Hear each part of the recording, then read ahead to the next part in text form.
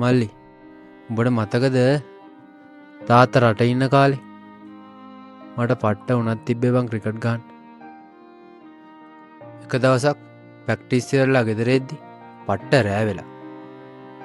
උඹට එදා ක්ලාස් එකකින් යන්න ට්‍රිප් එක යන්න දුන්නේ නැහැ කියලා.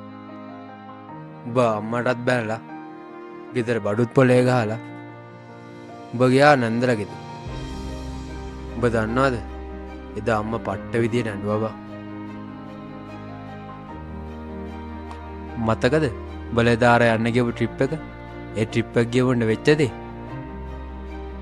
අම්මා උඹට පට්ට ආදරේ බං. එයා උඹට බයින්නේ හේතුවක් නැතුව නෙවෙයි. වෙලාවට පට්ට ඉරිසියයි බං නංගිටයි මට උඹට ආදරය කරන විදිය දැක්කම.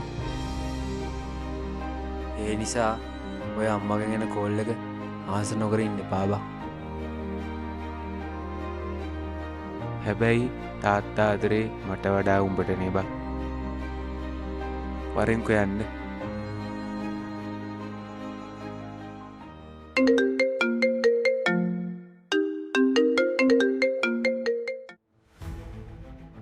හැලෝ තාත්තේ.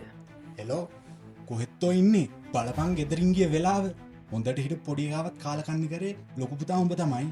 ඉන්න තැනක විනාඩි 10ක් යන්න කලින් ගෙදර වරින් නැත්තම් තොපිලා දෙන්නම එන්න එපා.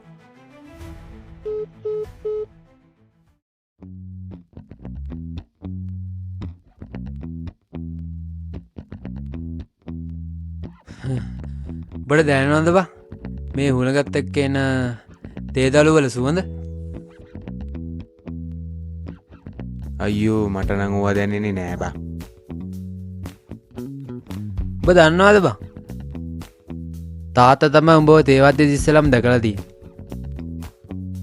එතකොට උඹ ඇස්සල්ලවත් නෑ බං. අම්මා තමයි කියලා දෙන්නේ උඹ අරන් අවිත් හදාගමු කියලා. බයිලග ගා හිටියා ඇති බං වරෙන් යන්න ගෙදර.